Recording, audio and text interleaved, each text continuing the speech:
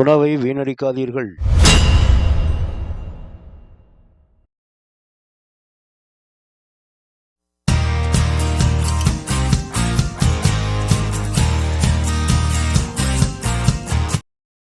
Hi viewers and subscribers. சக்கரவள்ளி கிழங்கு நம்ம எப்போதும் பார்த்திங்கன்னா அவிச்சு அப்படியே சாப்பிடுவோம். அது மாதிரி இல்லாமல் இதில் நிறைய பலகாரங்கள் செய்யலாம். வித்தியாசமான முறையில் அதை சமைக்கலாம். அது செய்கிறதுக்கு முன்னாடி நம்ம சேனலை சப்ஸ்கிரைபர் பண்ணிக்க, பக்கத்தில் இருக்க பெல் ஐகானை ப்ரெஸ் பண்ணிக்கோங்க. இந்த சக்கரவள்ளி கிழங்கு பார்த்திங்கன்னா இந்த சீசன் டைமில் எல்லோரும் இதை வந்து நம்ம எடுத்துக்கணும். இது வந்து இனிப்புலையே இது ஒரு வேறு விதமான இனிப்பு, நல்லா டேஸ்ட்டாக சூப்பராக இருக்கும். இந்த சக்கரவள்ளி கிழங்கு நம்ம இந்த மாதிரி ஒரு 1/2 கிலோ கிட்ட சக்கரவள்ளி கிழங்கு வாங்கி அது தண்ணியில் போட்டு சுத்தமாக அலசிடுங்க. இந்த மாதிரி நல்லா சுத்தமாக அலசி அது மேலே மண் இல்லாமல் எடுத்து அதை ஒரு பாத்திரத்துக்கு எடுத்துங்க. ஒரு பாத்திரத்தில் அதை சுத்தம் பண்ணி கழுவி எடுத்து வச்சுருங்க. எடுத்து வச்சு அது முழுந்துற அளவுக்கு அதில் தண்ணி ஊற்றணும். மண் இல்லாமல் எடுக்கணும். ஏன்னா நம்ம திரும்ப வந்து அதை நம்ம தோலெல்லாம் உரிக்கும் போது அந்த மண் அதில் பிறண்டுக்கும். அப்புறம் நம்ம சாப்பிடும்போது அந்த மண் அதில் வந்து நரன்னு இருக்கும்.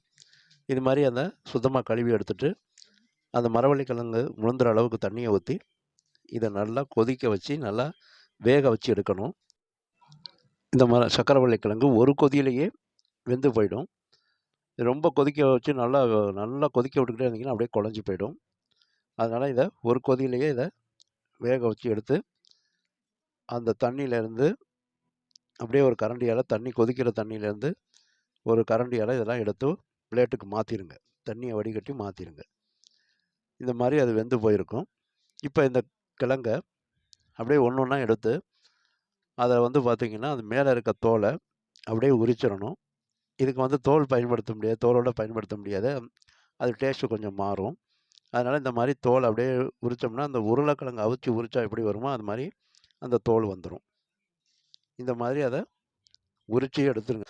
1/2 கிலோ அளவுக்குள்ள இந்த சக்கரவள்ளி கிழங்கு உருளைக்கிழங்கு தோல் உரிக்கிற மாதிரியே வந்துடும்.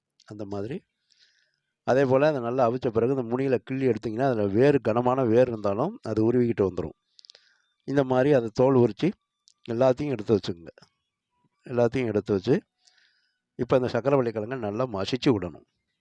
இந்த மாதிரி மசிச்சு விட்டுறணும். நல்லா பார்த்திங்கன்னா கையாலே மசிச்சு விடுங்க. இதுக்கு மத்து இதெல்லாம் வேண்டியதில்லை. இது நல்லா கையாலே மசிச்சு விடலாம். நல்லா பார்த்திங்கன்னா வெந்து பூ மாதிரி வந்து போயிடும். அது இந்த மாதிரி அதை நல்லா கிழங்கை நல்லா மசிச்சு விட்டு எடுத்துருங்க. இப்போ மசிச்சு விட்டு இந்த மாதிரி கிழங்கு எடுத்து வச்ச பிறகு அந்த மசித்த கிழங்குல வெங்காயம், ஒரு வெள்ளை வெங்காயம் வெட்டி போட்டுக்குங்க. வெள்ளை வெங்காயம் ஒன்று போதுமானது. அது கூட வெள்ளை வெங்காயம் சேர்த்த பிறகு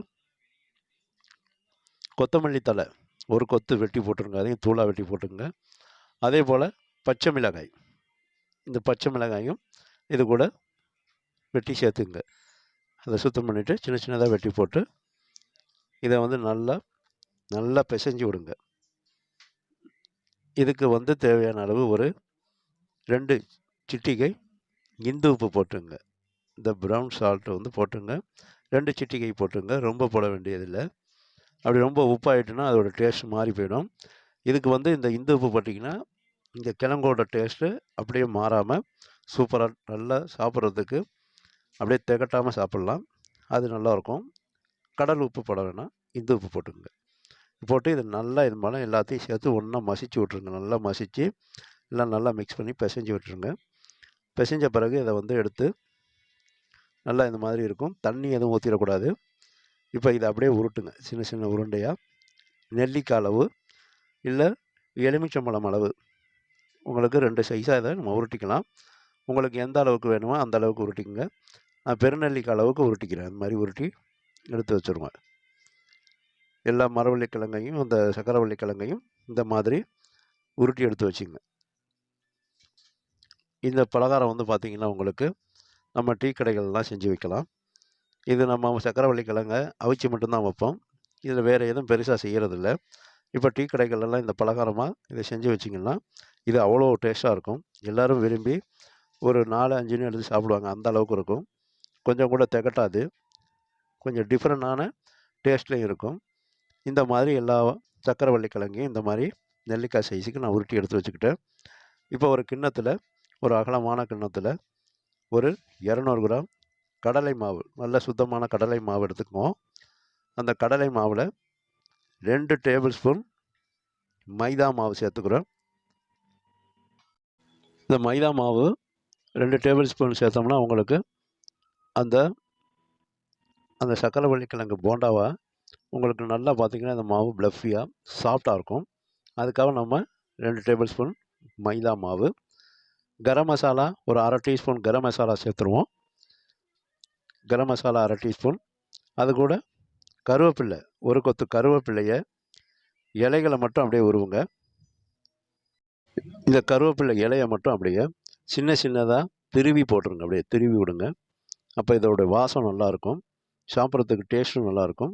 இது மாதிரி திருவி அப்படியே திருவி போடணும். அதை சின்ன சின்னதாக இந்த மாவில் சேர்த்துங்க. இந்த மாதிரி திருவி போட்டுக்கணும் இந்த ஒரு கொத்து கருவேப்பிலையும். அப்போ தான் இது வந்து பார்த்திங்கன்னா இந்த சக்கரவள்ளி கிழங்கு போண்டா உங்களுக்கு நல்லா டேஸ்ட்டாக தரும், நல்லா வாசமாகவும் இருக்கும்.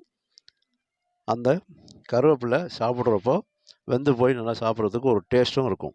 இந்த மாவோடு சேர்ந்து அப்படியே பார்த்திங்கன்னா உங்களுக்கு இந்த கருவேப்பிலையும் பொரிஞ்சு அந்த சக்கரவள்ளி கிழங்கையும் சாப்பிடும்போது ஒரு டேஸ்ட் இருக்கும், நல்லா பார்த்திங்கன்னா ஹைலைட்டாக இருக்கும்.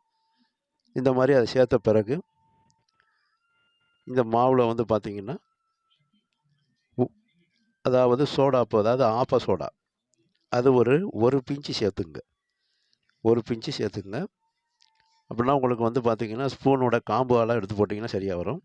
அது கூட ஒரு 1/4 டீஸ்பூன் மஞ்சத்தூள் சேர்த்துக்குங்க. மஞ்சத்தூள் சேர்த்து இதை நல்லா கட்டி இல்லாமல் மிக்ஸ் பண்ணி விடணும். இதை கட்டி இல்லாமல் மிக்ஸ் பண்ணி விடணும். இதுக்கு ஒரு 1/4 டீஸ்பூன் இந்து உப்பு சேர்த்துங்க. ஏன்னா கடல் உப்பு வேண்டாம், இந்து உப்பு சேர்த்துங்க. நம்ம அந்த சக்கரவள்ளி கிழங்கு உருட்டினதுலேயும் நம்ம வேக வச்சு பிசைஞ்சு உருட்டியிருக்கோம், அதுலேயும் உப்பு சேர்த்துருப்போம், இந்த மாவுலேயும் உப்பு சேர்த்துருப்போம். அதனால் கொஞ்சமாக உப்பு சேர்த்துங்க. இதுலேயும் உப்பு அதிகமாகிடுச்சுன்னா உங்களுக்கு கரிப்பு ஏற்படும். இது கூட 200 ml தண்ணி சேர்த்துங்க. தண்ணி சேர்த்து இதை நல்லா மிக்ஸ் பண்ணுங்கள். நல்லா குழைய பண்ணணும். இதை வந்து மாவை வந்து குழைக்கணும், ஒழிஞ்சு கரைக்கக்கூடாது, தண்ணி ஆக்கக்கூடாது, நல்லா குழைக்கணும். குழைவாக வந்து பார்த்திங்கன்னா அந்த சந்தன மாவு மாதிரி நல்லா குழைவாக இருக்கணும். அப்போ தான் அதில் வந்து போண்டா டிப் பண்ணி போடுறதுக்கு நல்லா வரும். டிப் பண்ணி அது போடுறதுக்கு நல்லா பார்த்திங்கன்னா ப்ளஃபியாகவும் அப்படியே சாஃப்டாகவும் இருக்கும். இந்த மாதிரி அதை நல்லா குழைச்சிடணும். மாவு போண்டாவுக்கு குழையாக இருக்கணும், தண்ணியாக பஜ்ஜி மாவு மாதிரி கரைச்சிடக்கூடாது. இந்த மாதிரி குழையாக இருக்கணும் அது. அப்போ தான் உங்களுக்கு அந்த போண்டாவை நனைச்சி போட்டிங்கன்னா அது பிசுறு இல்லாமல் வரும். இதுலேயே உங்களுக்கு வந்து பிசுறாகவும் விழுந்துடும். அதனால் இது கவனமாக பண்ணணும். இந்த மாதிரி நல்லா மாவை நல்லா குழைச்சி அதை அப்படியே ஓரமாக வச்சுருங்க. இப்போ அடுப்பை பற்ற வச்சு ஒரு இரும்பு கடாய், சின்னமாக இரும்பு கடாய் வச்சுங்க. அதில் 1 லிட்டர் எண்ணெய் ஊற்றிக்குங்க. 1 லிட்டர் ஆயில் சேர்த்து அந்த ஆயில் நல்லா சூடு வரணும். ஆயில் நல்லா சூடு வரணும். இந்த மாதிரி இரும்பு சட்டியில் போடும்போது நல்லாயிருக்கும் பலகாரம். இப்போ அந்த எண்ணெய் சூடு வந்துட்டாங்கிறது கொஞ்சோண்டு எடுத்து அந்த நம்ம கரைச்சி வச்சுருக்க அந்த போண்டா அதுக்குள்ளே அந்த மிக்ஸ் எடுத்து அப்படியே கொஞ்சம் அதில் விட்டிங்கன்னா அந்த கலவையை அப்படியே அது நல்லா பொரிஞ்சு சுற்றும். அதை அப்படியே அதை எடுத்துருங்க, வடிகட்டி எடுத்துருங்க. வடிகட்டியால் வந்து அதை அப்படியே எடுத்துருங்க. எடுத்துட்டு அந்த சக்கரவள்ளி கிழங்கு அந்த உருட்டின உருண்டையை அதில் எடுத்து போட்டு நல்லா நனைச்சி இந்த மாதிரி ஸ்பூனால் எடுத்து போட்டிங்கன்னா இன்னும் நல்லாயிருக்கும் உங்களுக்கு. அப்படியே பார்த்திங்கன்னா உங்களுக்கு ரவுண்டாக வரும், பிசுறு தட்டாமல் வரும். இந்த மாதிரி ஸ்பூனாலையும் போடுங்க. இல்லைன்னா இது மேலே எடுத்து அந்த ஒரு உருண்டை எடுத்து அந்த மாவு கரைச்சி வச்சுருக்க மாவில், கடலை மாவில் நல்லா மிக்ஸ் பண்ணுங்கள். அது மேலே எல்லா இடத்துலையும் பரவணும். பிரட்டி இதையும் எடுத்து அப்படியே போடலாம். இது கொஞ்சம் பிசுறுனாப்புலலாம் வரும். இந்த மாதிரி போடுங்க. கையாலையும் இந்த மாதிரி போடலாம், ஸ்பூனாலையும் போடலாம். போட்டிங்கன்னா உங்களுக்கு நல்ல ஈவனாக உடனே வெந்து வந்துடும். நம்ம வந்து உள்ளே இருக்க சக்கரவள்ளி கிழங்கு வேகணும்னு அவசியம் இல்லை, மேலே இருக்க மாவு மட்டும் வெந்தால் போதும். உள்ளே இருக்கிற சக்கரவள்ளி கிழங்கு நம்ம ஏற்கனவே வேக வச்சுருக்கோம். இந்த மாதிரி போட்டு இந்த மாவு செவந்தோடனே இந்த சக்கரவள்ளி கிழங்கு போண்டாவை அழகாக அப்படியே எடுத்துருங்க. இது அவ்வளோ சூப்பராக டெலிஷியஸான டேஸ்ட்டில் இருக்கும். வீட்டில் இந்த லீவ் டைமுக்கு இந்த சீசனுக்கு பார்த்திங்கன்னா உங்களுக்கு அந்த சக்கரவள்ளி கிழங்கு கிடைக்கும்போது இது மாதிரி செஞ்சு கொடுக்கலாம், தேவைகளுக்கு செஞ்சு வைக்கலாம். வீட்டில் டீ போடுற டைமில் இந்த டீ காஃபிக்கு இது இன்னும் சூப்பராக ஹைலைட்டாக இருக்கும். டீ காஃபி குடிக்கிறதே தெரியாது, அந்த அளவுக்கு டேஸ்ட் வந்து பார்த்திங்கன்னா இந்த சக்கரவள்ளி கிழங்கு போண்டா இருக்கும். இது நல்லா செவந்து வந்துருச்சு. நல்லா பிரட்டி பிரட்டி விட்டு செவந்து வந்து எடுத்து பிளேட்டுக்கு எடுத்துக்கிட்டோம். அதே போல் நீங்கள் மற்ற இருக்கக்கூடிய அந்த சக்கரவள்ளி கிழங்கு போண்டாவை இது மாதிரி இதில் நனைச்சி, கடலை மாவில் நனைச்சி, இந்த மாதிரி எண்ணெயில் போட்டு நல்லா பொரித்து அது செவந்தோன்னே எடுத்துருங்க. அது செவந்தோன்னே எடுத்துருங்க. உள்ளே இருக்கிறது வேகணும்னு அவசியம் இல்லை. இப்போ அற்புதமான டேஸ்டான, ரொம்ப ஹைலைட்டான, வித்தியாசமான ஒரு சக்கரவள்ளி கிழங்கு போண்டா நமக்கு ஹைலைட்டாக ரெடி பண்ணிட்டோம். இதை அப்படியே நம்ம பிளேட்டுக்கு மாற்றிக்கங்க. பிளேட்டுக்கு மாற்றிக்கி அப்படியே நீங்கள் எல்லாருக்கும் பரிமாறினீங்கன்னா அவ்வளோ ஹைலைட்டாக இருக்கும். டீ, காஃபி, அதே போல் டீ கடையில் விசேஷத்தில் இந்த மாதிரி சக்கரவள்ளி கிழங்குல போண்டா போடலாம். இது வந்து போடுறதுக்கு ரொம்ப ஈஸி, ரொம்ப செலவும் கிடையாது. இந்த மாதிரி நீங்கள் சக்கரவள்ளி கிழங்கு போண்டா செஞ்சு சாப்பிட்டு பாருங்கள். எங்களுடைய வீடியோவை லைக் பண்ணுங்கள், ஷேர் பண்ணுங்கள். உங்களுடைய சொந்தக்காரங்க, நண்பர்களுக்கும் ஷேர் பண்ணி லைக் பண்ண சொல்லுங்கள், சப்ஸ்கிரைபர் பண்ண சொல்லுங்கள். இதுபோல் நீங்களும் சக்கரவள்ளி கிழங்கு போண்டா செஞ்சு சாப்பிட்டு பாருங்கள். எங்களுடைய வீடியோவை லைக் பண்ணுங்கள். உங்களுடைய நண்பர்களுக்கு நீங்களே சொல்லுவீங்க இது ஒரு சூப்பரான போண்டாவாக இருக்குன்னு. இந்த சக்கரவள்ளி கிழங்கு போண்டாவை அப்படியே எடுத்து உடைச்சிங்கன்னா அப்படியே உள்ள பூ மாதிரி சாஃப்டாக இருக்கும். இருக்காமல் கல் மாதிரியெல்லாம் இருக்காது. அவ்வளோ டெலிஷியஸாக இருக்கும். இதோட சாஸெல்லாம் வச்சு சாப்பிட்டிங்கன்னா இன்னும் ஹைலைட்டாக இருக்கும். அதோட டொமேட்டோ சாஸு, மயோனோஸ் இதெல்லாம் வச்சு சாப்பிட்டிங்கன்னா உங்களுக்கு அற்புதமாக இருக்கும். கெட்டி சட்னி, வெங்காய சட்னி இதெல்லாம் வச்சு சாப்பிட்டிங்கன்னா ஹைலைட்டாக இருக்கும். இந்த மாதிரி சக்கரவள்ளி கிழங்கு போண்டா செஞ்சு சாப்பிட்டு பார்த்துட்டு எங்கள் வீடியோவை லைக் பண்ணுங்கள். எங்களுடைய வீடியோவை பார்க்கின்ற அனைத்து வியூவர்ஸுக்கும், சப்ஸ்கிரைபர்ஸுக்கும் மனமார்ந்த நன்றியினை தெரிவித்துக் கொள்கிறேன்.